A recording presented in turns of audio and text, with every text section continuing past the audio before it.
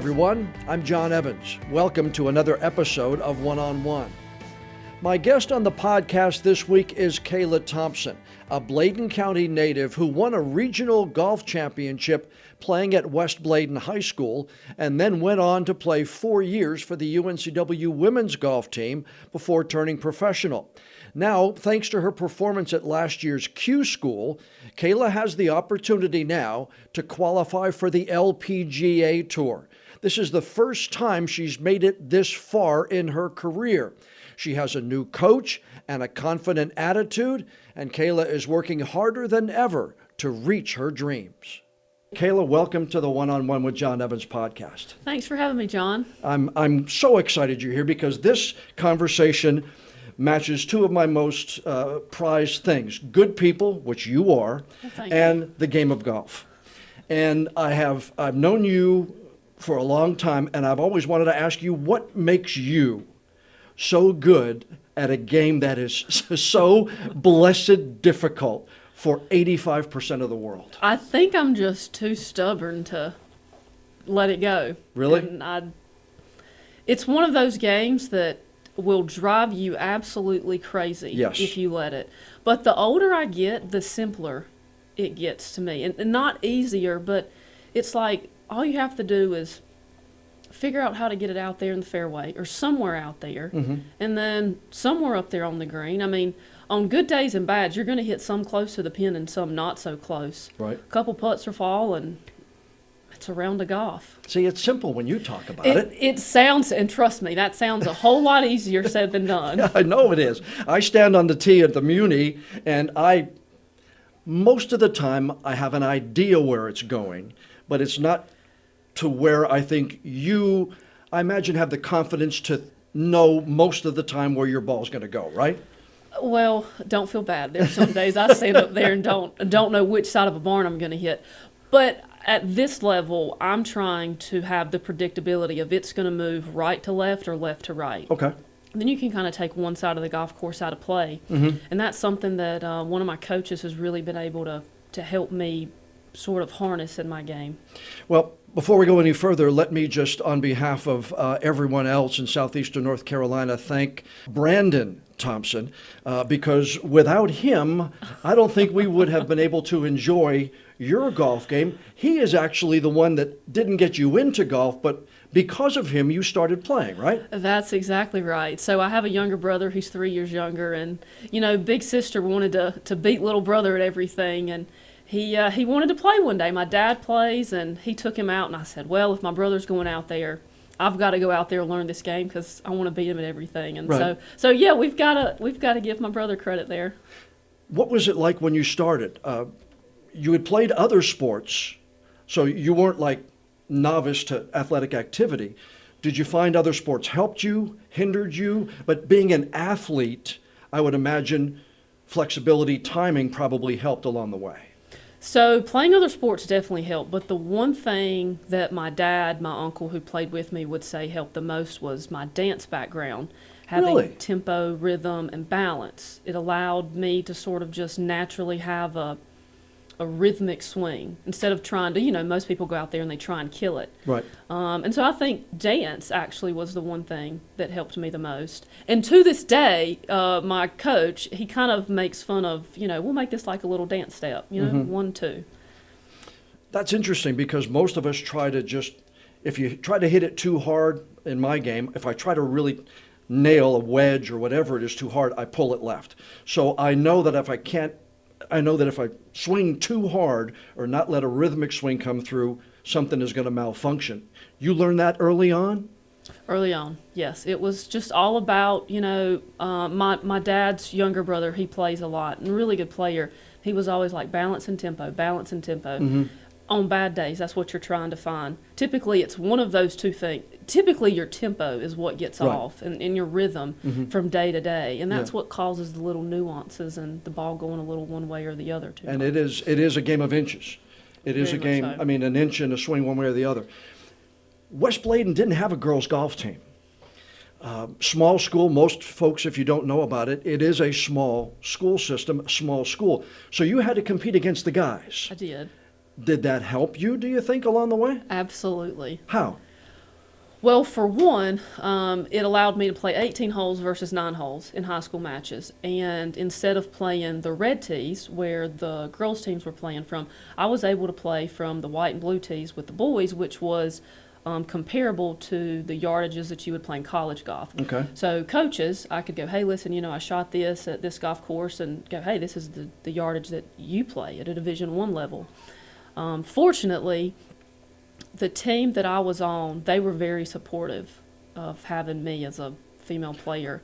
And when I traveled, I didn't get that impression so much. Really? So it was really nice. I don't think they liked a girl beating up on them too much. Well, I was going to say, but there is, you would think that they'd want to be welcome to somebody that would help their game, but maybe a high school kid might not realize that at that point in time, right? Yeah, we've got to go back to these are teenage boys, Right, yeah, true. Their ego, I think. But, it's really funny. So Nicky Beecroft, he worked at Loggerhead. Right. Loggerhead's one of my sponsors. Nicky we played high school golf together. We saw each other at competitions. Really? And Nicky was one of the few that was really nice. There was a handful of guys from Brunswick County that were really nice. But outside of my team, it wasn't until my junior year at River Landing where I sort of felt everything change. What did you get from that? And what I mean is, did you get to that point where, okay, as a freshman, maybe I shouldn't be out here. As a sophomore, maybe I should be here. As a junior, when you won the conference, I imagine the confidence really started to blossom. Do you remember when that was like, I deserve to be here? When did that come about? I would definitely say my sophomore and junior year, but specifically junior year, when I had those good rounds and then had no idea at regionals at River Landing what was taking place. It was raining, and I actually shanked 90% of the shots on the range warming up. I was so nervous. I mean, There's a plethora of guys behind you, and they're all watching you hit. And, right. You go out, and I was a couple under through the front nine, and I had a coach come up to me, and he said, oh, yeah, I've got some boys that are a couple under too. And I came to find out later no one else was under par but me. And it was like, wow, this is crazy. Yeah. And I get in and they're like, hey, we're going into a playoff. And I go, okay, well, who's going to go represent the team? And they're like, no, you're going into a playoff. And I was like, what? Are you kidding me? Made par on 18 at River Landing to win the 2A men's conference, regional tournament. But the only thing that I wished I'd had was a lady shirt. Oh, really? I had the big men's baggy, it's down to my elbows, but that's the only thing that I would change about any of that. But I imagine the confidence then, after doing that, but the confidence in getting there, I imagine then took your game to the next level. It definitely helped. I definitely felt like, okay, if you can beat up on the boys, then you should be able to beat up on the girls, right? Right. But the girls at this level, the elite junior level that we were playing, amateur golf, college golf, the level now, they're so good. Yeah. So good. Yeah. We're going to get to UNCW part of your career in a moment. You turned pro in 2019. How big a difference was there? Was the difference bigger going from West Bladen to UNCW, or UNCW going to, hey, I've got to cash a check if I'm going to pay my bills? So everyone said going from junior golf to college golf was going to be, it would rock your world. Right. And for me, it did not. I was like, I represented UNCW. I represented West Bladen. Now I'm representing UNCW. Okay. But going from college golf to professional golf was so huge. You go from obviously wanting to represent your school and play the absolute best you can, but at the end of the day, everything's okay. In professional golf, if you don't play well, you don't make the cut, and you don't make money, no matter how bad you want this dream will come to an end because it takes money. Yeah. And this is a job. You're trying to pay bills through this. But yeah, I would say professional golf is very, very much harder to focus in on one shot at a time than it was for junior golf or college golf. And is it because of the pressure? Is the pressure part of it? Are you still trying to play Kayla's game, or are those outside things like you look up at a scoreboard and you're like, crap, I'm 5 behind, and then it's a different mindset? Or am I just making this up here? No, I think it could be any one of those things any different week. Mm-hmm. One week I could just be struggling to find my game, and the next week I've got my game and I'm wanting to get too much out of it, and I'm looking at the leaderboard going, you're 5 back, come on, you've got the game, make that push. It's any kind of pressure you put on yourself outside of just focus on this one shot, execute this one shot, and see what they add up to at the end of the round. Were there any major surprises when you got onto the Pro Tour, as you started to try to get your way up the ladder? 2020, you went to the Women's All-Pro Tour. You made 4 out of 6 cuts. The next year in 21, you made 5 out of 6 cuts. Was there much of a learning curve there? I remember I made my first check at the Tennessee Women's Open in 2019, I believe it was. And to get to that point, it felt like I'd climbed Mount Everest to make a check. $323.33. And I was like, okay, I've got that behind me. It'll be easy from here. And the very next tournament, it's not. Yeah. Because every day, it's a new day. It's a new round of golf. Mm-hmm. And so learning through those years is no matter what happened yesterday, today's a fresh slate. And same thing for week to week, tournament to tournament. How do you then keep positive? Your faith is important to you. You've always been a positive person, but are there days? I mean, like I said, 20 and 21, you were good. 22 and 23, not as good as those first 2 years. Right. So how do you dig in? How do you make that, I'm still going to try this without trying to give up? I think, like we talked about earlier, that hard-headed determination. Mm-hmm. I just want this so badly. I've actually added a coach, and he's really made a big difference in this last year, helping me figure out how to play within myself, how to manage the course a little better, and just simplify things overall for me. That has me really excited for this year. Okay. But you're always looking forward. There's a reason the windshield is significantly larger than the rearview mirror. There's things, I want to learn from, but I'm always looking where I can improve. What can I do better? What can I do different? What are other girls doing that's creating success for them that maybe I could steal and do, and that creates success for me. Was there a toughest time in these first 4 or 5 years of being a professional golfer? I would say the hardest week of my life is Q School each week, stage 1. Yeah.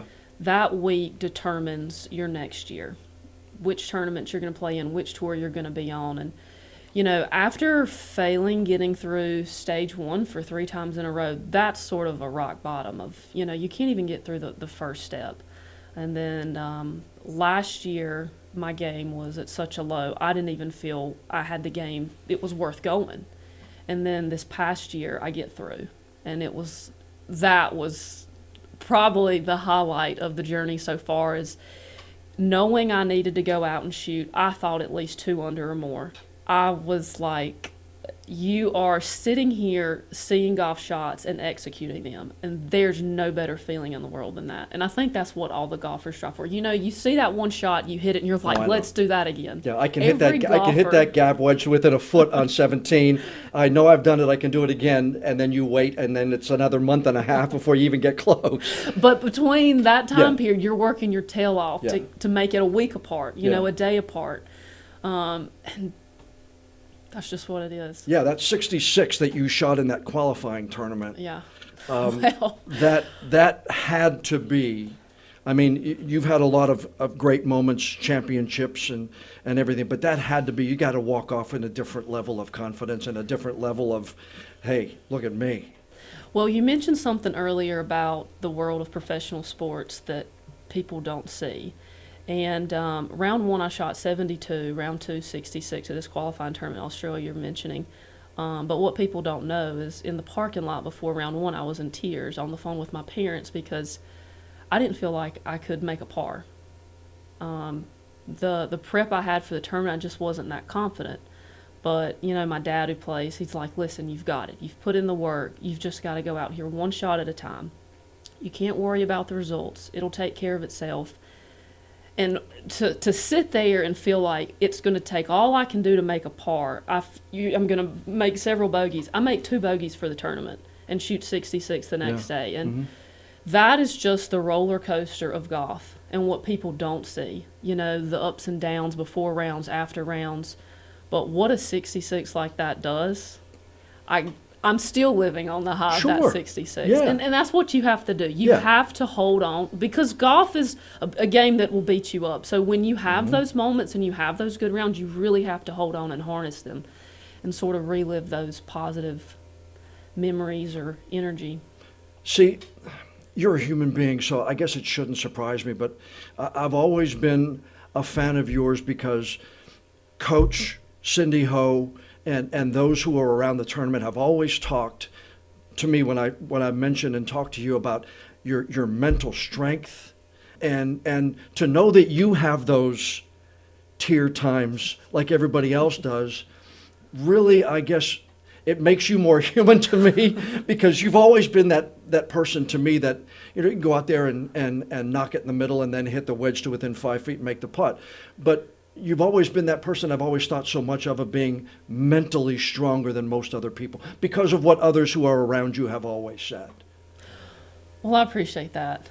But the strength, I think, ultimately comes from my faith, if you want to know the truth, and knowing that, you know, where I'm at, I believe my 2 feet are where the Lord wants me, and that'll take me. If I'm supposed to be playing golf today and I'm supposed to be doing something else tomorrow, I'm okay with that. And that gives me peace and that keeps me grounded. But that doesn't change the fact that a bad day on the golf course doesn't hurt any less. Right.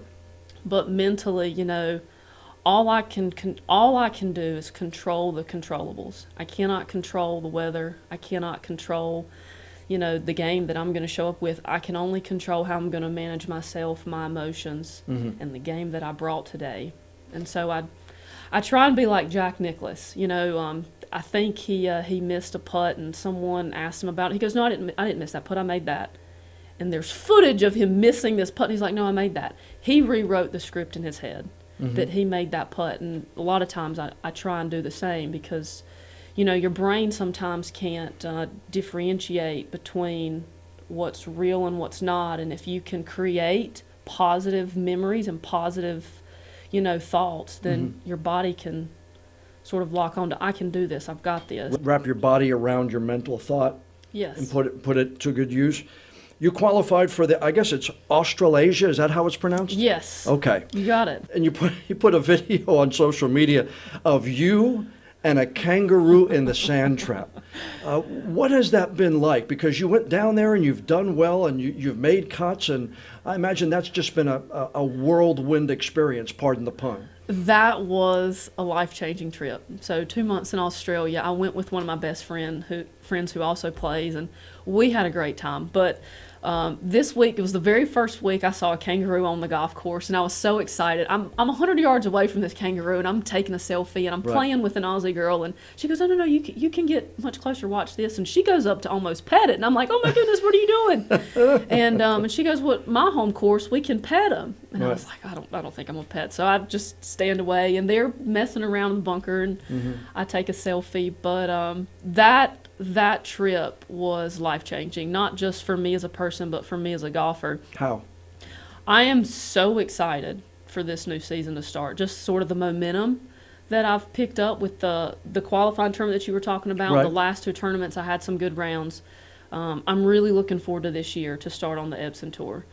Getting through stage 1, like I mentioned earlier, it grants me that the start on this next level. Right. And so I'm hoping to just take what I learned in Australia and about my game and myself and apply it to these upcoming tournaments. In this tour, though, men and women are both on the course at the same time. Yes. Right? So is it a learning experience? Is it a competing experience? What's it like? I mean, in a pro tournament now against men on the tee. So first off, it's very fun.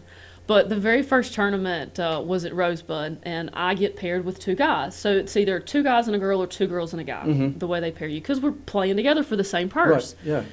I was so nervous. And I'm thinking, oh, you've played with guys before, no big deal, but this is a different level. You know, they've got the tees stacked accordingly to where it's fair we're coming in with the same wedge, but they hit it different than the boys in high school hit it. You know, they're hitting wedges behind the flag and sucking them back, to the bunker. And I'm like, your game plan's good. Your game plan's great. Just stick with it. You've got it. Yeah. And so it was very nerve-wracking, the first couple holes. But it was so fun. The guys are great. But to that point, I'm pretty sure we had a Champions Tour Aussie who was playing one week while we were out there. And I'm like, all right. So we've got all the guys and girls. You mentioned this a little bit ago, but for people who are not golfers, and again, I'm a maniac about it, but there are a lot of people who just watch Sunday at the Masters, Sunday at the TPC, or the Dinah Shore, whatever it is. They don't know the grind of even, I mean, the pros, they fly, most of the time they're flying to tournaments. You, the minor tour, I guess if that's the terminology, players are driving 12, 15 hours. You're playing Monday, Tuesday to try to compete. And if you don't cash, that's money out of your pocket that you've got to pay. So the grind, explain that. And just, if you have examples of how difficult that is, because I don't think people realize how difficult the grind it is. Yeah, so a lot of people, Full Swing on Netflix, behind the scenes of the PGA Tour. Yeah, we're not on private jets and in, luxurious, 4 or 5 bedroom homes. We're driving in our cars. Everything is packed in for a couple weeks. And like you said, I think my first drive this year is 12 hours out to Louisiana, and I'll have a 17-hour drive coming home from Texas. We are very fortunate that there are host families that put us up, and that's more than just to help with an expense. They create an atmosphere that you can't get when you're in a hotel. Someone to talk to, a home-cooked meal. But yes, it's not as glamorous as most people think. Monday through Wednesday, you are trying to figure every little nuance of the golf course out. You're taking notes, you're playing practice rounds, you're trying to fine-tune your game for the week, and hopefully Thursday and Friday you play well enough to see the weekend. Otherwise, it seems like all that work was for nothing. There's no paycheck coming, there's a lot of expenses, and then you're trying to regroup, reset, and do it all over again the next week. I'm a dad. I have 2 daughters. I don't know how well I would be if my daughter was driving 12 to 17 hours and trying to do what so many have done and not been able to do. I would be worried, absolutely sick. Have you had that conversation with Dad? Has Dad had that conversation with you? And what's that like for you as a daughter and for Dad, whose daughter's going all over the place? So I'm very independent, and I'm very aware of my surroundings. And my dad sort of brought me up to be aware of my surroundings and pay attention, and, not just little things, not walking into a store on your phone, Right. But I've had 2 scares on the road. One in Florida, I was at a Panera, and a lady walked in, asked if she could have lunch with me, and I was like, no, I'm actually here with some friends, and she waited. It was an hour, and she waited, and it could be total coincidence, but there goes a white van, as soon as she walks out the door, because you're in another state with North Carolina tags. And then last year I was outside of Atlanta, Georgia, and this Ford truck kept coming up beside me and slowing down, and coming up beside me and slowing down. Little things like that unnerve you, but I know, and if anybody wants to target me, we're driving straight to a police station if I feel like I'm being followed. There are little things like that I try to know or be aware of what to do. Don't just pull over. But those are conversations we've had. I have ways of protecting myself, but it doesn't change the fact that you're in a vehicle several hours away from home by yourself. But you just try and be aware. What does Bladen County mean to you?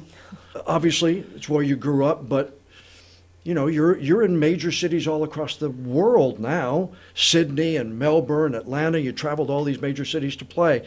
When you think Bladen County, what pops in your mind? If you'd asked that question a couple of years ago, you would have gotten a different answer. But ironically, the more I travel, the more it feels like home. Everyone when you're young it's all get out, go see the world. There's more out there than this. And I'm like, okay, there is. I can go 5 minutes from where we're at, and I've got how many things at my fingertips. But what Bladen County means, there's family and friends there that when you travel, that's who you want to be with. Mm-hmm. My best friend, she's 30 minutes up the road, and another really good friend of mine 20 minutes up the road, and they've both got kids. And I enjoy getting to be like the fun aunt, and seeing them grow up. And you don't get that on the road. And no matter how much I love Fort Worth, Texas, there's no beach, and my family and friends aren't there. Right. So Bladen County, when I make that drive home and I start coming down 211 and 701, it's a really warm, settling feeling.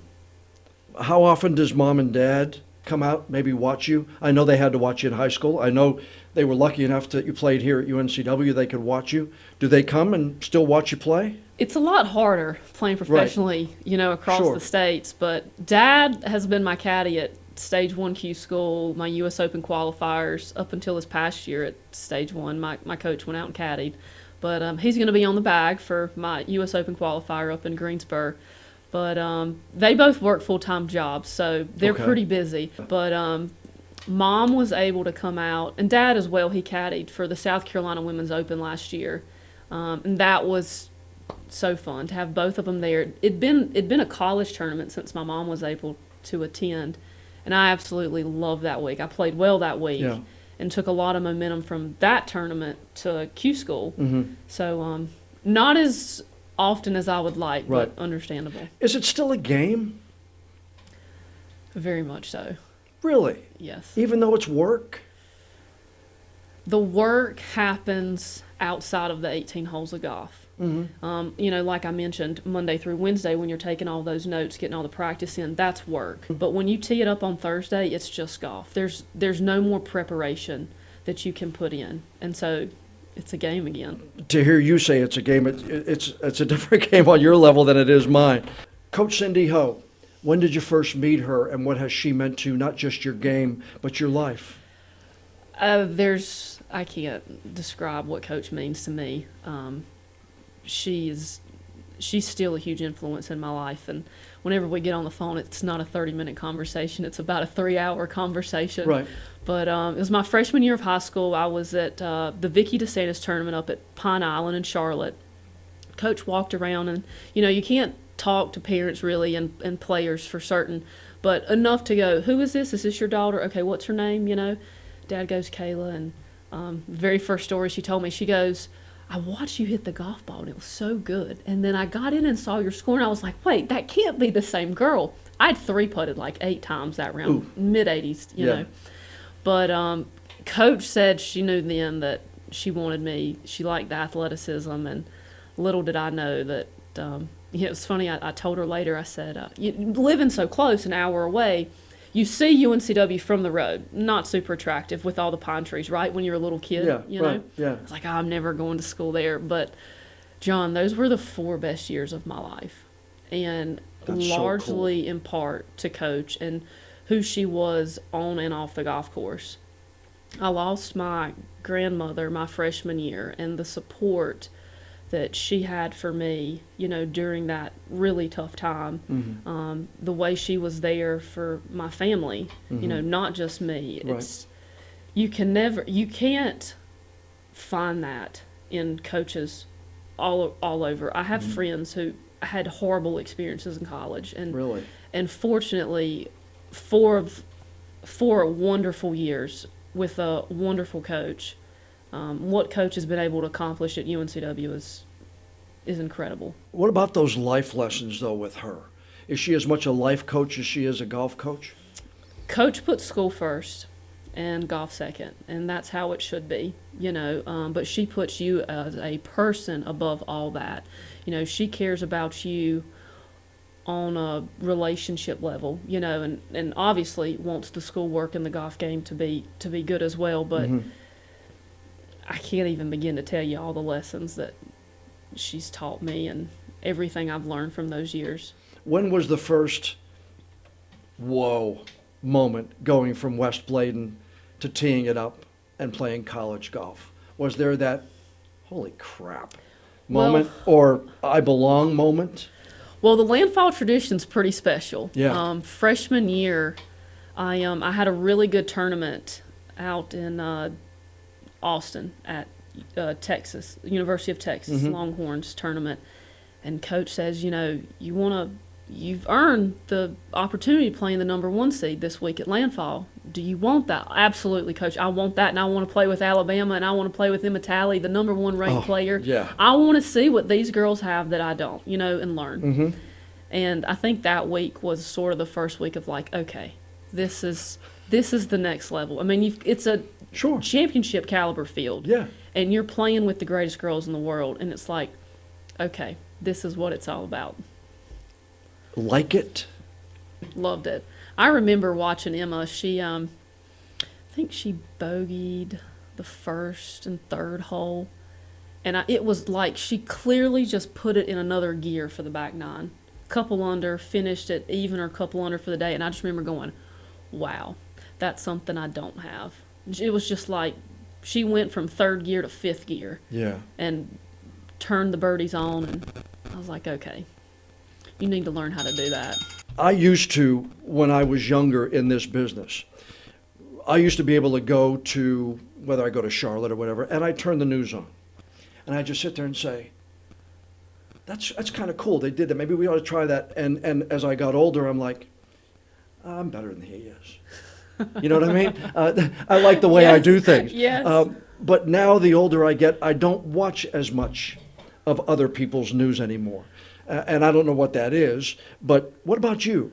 Can you watch final day of the Masters? Can you watch final day of a women's championship and just watch it as a fan? Or are you always dissecting how everybody does anything? So the Masters, I can sit down and watch every second of. Okay. The majors, obviously, men and women's, I love to watch. Ryder Cup, Sohan Cup. Outside of that, I prefer to watch other sports. I love tennis.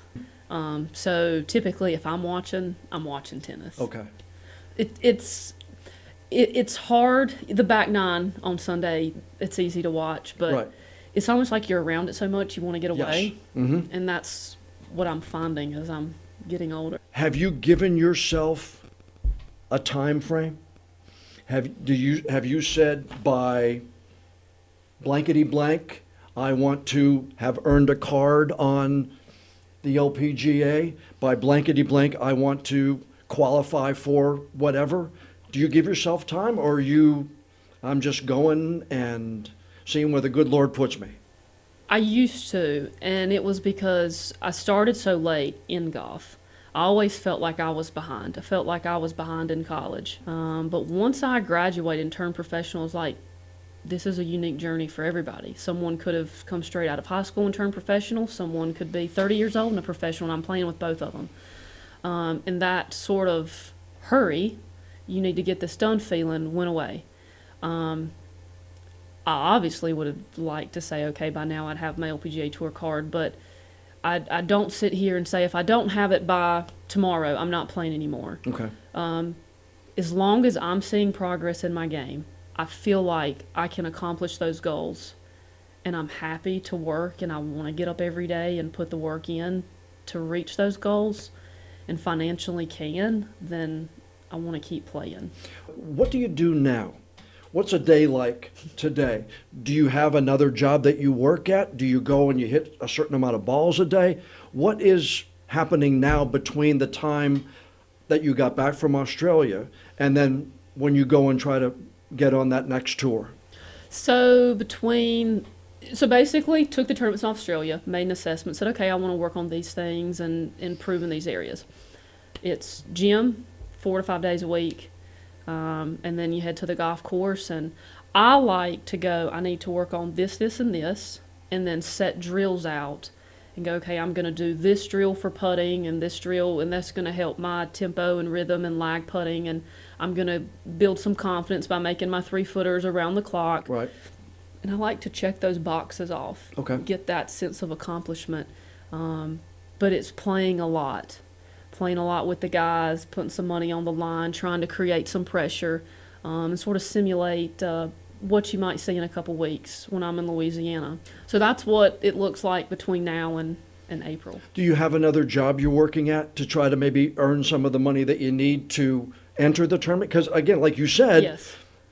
It costs money. You got Yes. to put gas in the car. You got to, everything else. That's right. So I have a part-time job. There's tournaments that work to raise money. So if there's a tournament in Wilmington I've worked every year. And so I go out there and I hit golf shots and I get paid to Cool. go out there and Nice. have fun with some people and raise money with them. Are you superstitious on the golf Maybe course? Maybe a little bit. When it comes Did you see the Loggerhead podcast? I did. I watched it. For those who haven't, what are your superstitions? I know you have them apparently with what you mark a golf ball with, what golf carts you will get in, but I've got mine too, but I want to hear yours first. So there's always 3 tees in the pocket. I always start with 3 tees, and I won't replace those 3 tees until they're all gone. And then I have this ball marker. It's from Shady Oaks. I always use it. It's flat and like a copper color.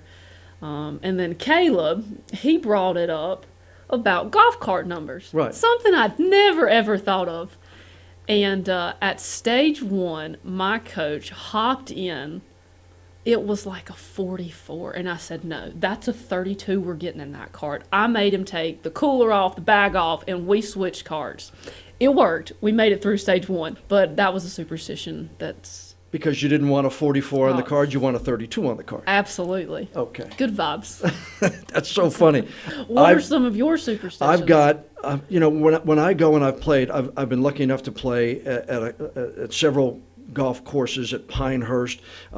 Sheila and I have taken 2 trips out to Hawaii, and I've played courses out there, Kapalua and stuff like that. And I have ball markers, okay? And if the last round I played was under 80, I'll use that ball marker again. Okay. Okay. But once I come back with an 82 or an 83, that goes back in the pouch, and I just pull one out blindly, and I'll play with that one. And so that's the way I use my golf markers. And one of my Kapalua ones I haven't used in like a half a year, because the last time I played it, I shot like 88. Oh. It was a horrible day. Absolutely horrible day. I couldn't do anything. But that one has been in there, and I've pulled it out. No, I do that one.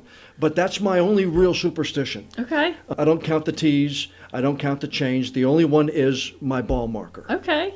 It's pretty good. Do you have any cards saved? Any golf cards, score cards? Yes. So the 66 from the qualifying tournament. I'm not a real big person on some of those things. Really? But I do have the 66. I want to create like a shadow box from the trip. Okay. So you only have the one? I have the river landing card when I won regionals. I think that's it. Okay. Yep. How many golf balls do you have saved? I have 2 hole-in-one balls. See, you've got one. You've got 2. I don't have any. Well, let me tell you. So I got my little dog, Bentley. He's a Yorkie. And it was just like a month later, I made a hole-in-one. And I said, I just needed Bentley to make my hole-in-one. And then 3 weeks later, I made the other one. So I felt like the floodgates have opened, and it's been, how many years since? So, When did you make your first hole-in-one? I want to say 17. I think it was like 2017. I was playing at Land O'Lakes with my dad and good friend of ours. Good golfer. I love that little golf course. It's fun. It will expose some weaknesses rather quickly. Yeah. But yes, made my first one there on number 2. Thought I hit it over the green. Right. Yeah. We need to play sometime. Yeah. Out love there. That. Yeah, That's go out where there. I grew up. Yeah, I love that little golf course. That little par 3 they have. If you hit it over, you don't want to hit it over because there's trouble behind it, big time.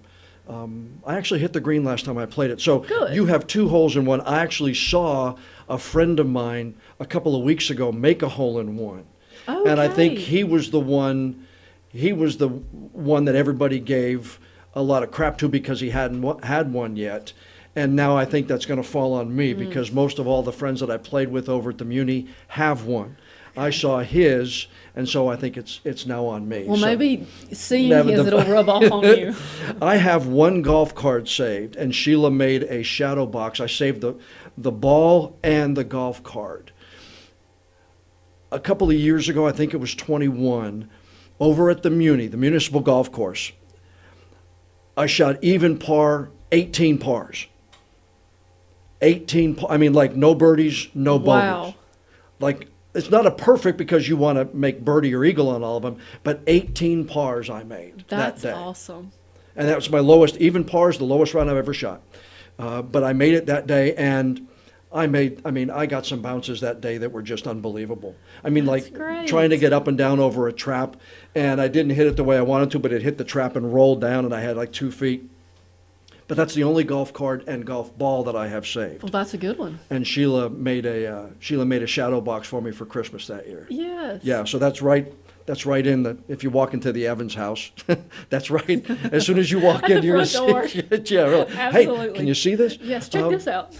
Who's your ultimate foursome? Who would your ultimate foursome playing golf be? Definitely put my dad in there.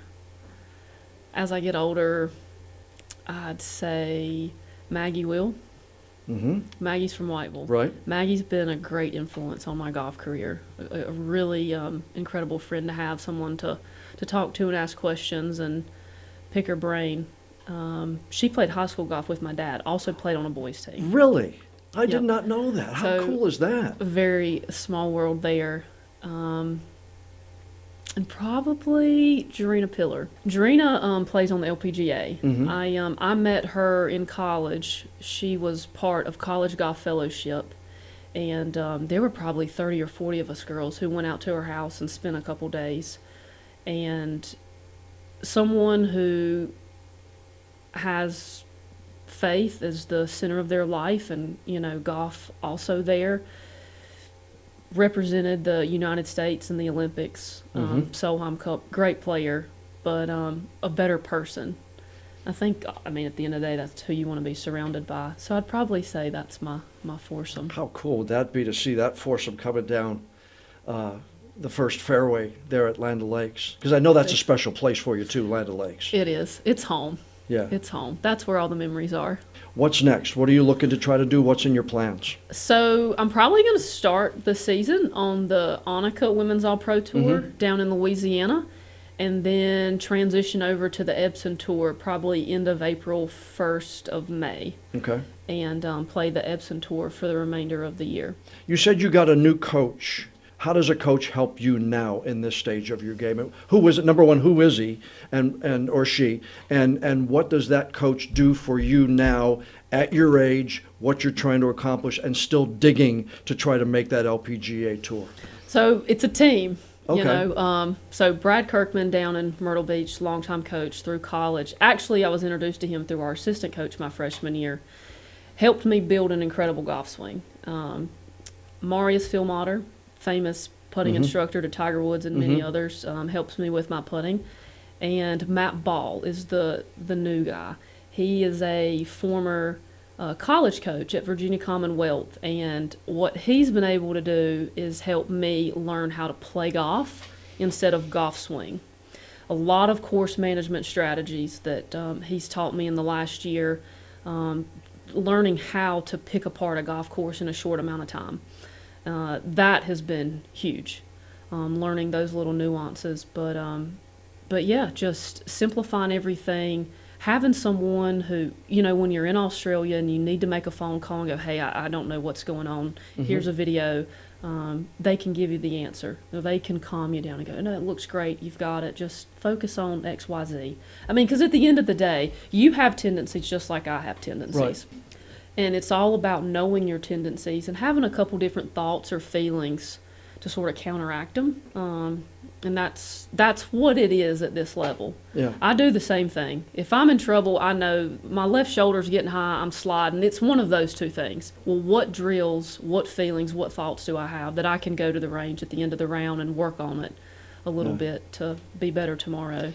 The fun thing is, from my perspective, is knowing you, knowing how, and I said this at the very top of the interview, that you're such good people because you come from such good family in Bladen County, because of everything that you did at UNCW, and not just the golf, but in the community. I remember when we had storms, you and the team went out to help the community and did so much of that stuff. But you've been right out front. Faith is important to you, so it's fun from a fan perspective, maybe fan plus a little bit, because I know how much you want to succeed and how many people are pulling for you to succeed. It's fun to watch, and it's fun to be among that group, watching you try to succeed and watching you try to get to that next level. Well, thank you, John. I think if there's something I try and live by, people won't remember what you did for them, but they'll remember how you made them feel. Mm-hmm. And I just hope that I can have a positive influence on someone's life, and they see my faith through me. Yeah. That's all I can hope for. Well, like I said, I know you're a success on and off the golf course. It's fun to watch you play, and there's a lot of folks, including me, who are hoping that you take that to the next level this year. Kayla, thank you so much. Thank you, John. I appreciate you coming in and opening the door a little bit, letting us find out a little bit more about the ups and downs of trying to make it in the golf world. Yes, well, thank you for having me. This has been very fun. Good. A big thank you to Kayla Thompson for taking time out of her prep schedule and joining us for this week's podcast interview. Kayla goes on the Annika Women's Pro Tour starting in April. After playing 4 events on that tour, she plans to move over to the Epson Tour to finish out her season with the dream of qualifying for the LPGA. I've put links on how you can follow her play on both of the tours inside this story on WECT.com. Now, before we go, I'd like to ask you a favor. Please follow or subscribe to the One-on-One with Jon Evans podcast on whatever app you use to listen to your favorite shows. And if you would be so kind, please leave us a rating or a review. We do care what you think of our interviews, and the more feedback we have from friends like you, the higher we'll be listed on the apps, the better chance we'll have of bringing in even more new listeners. I'm Jon Evans. Thank you so much for joining us for this episode of One-on-One.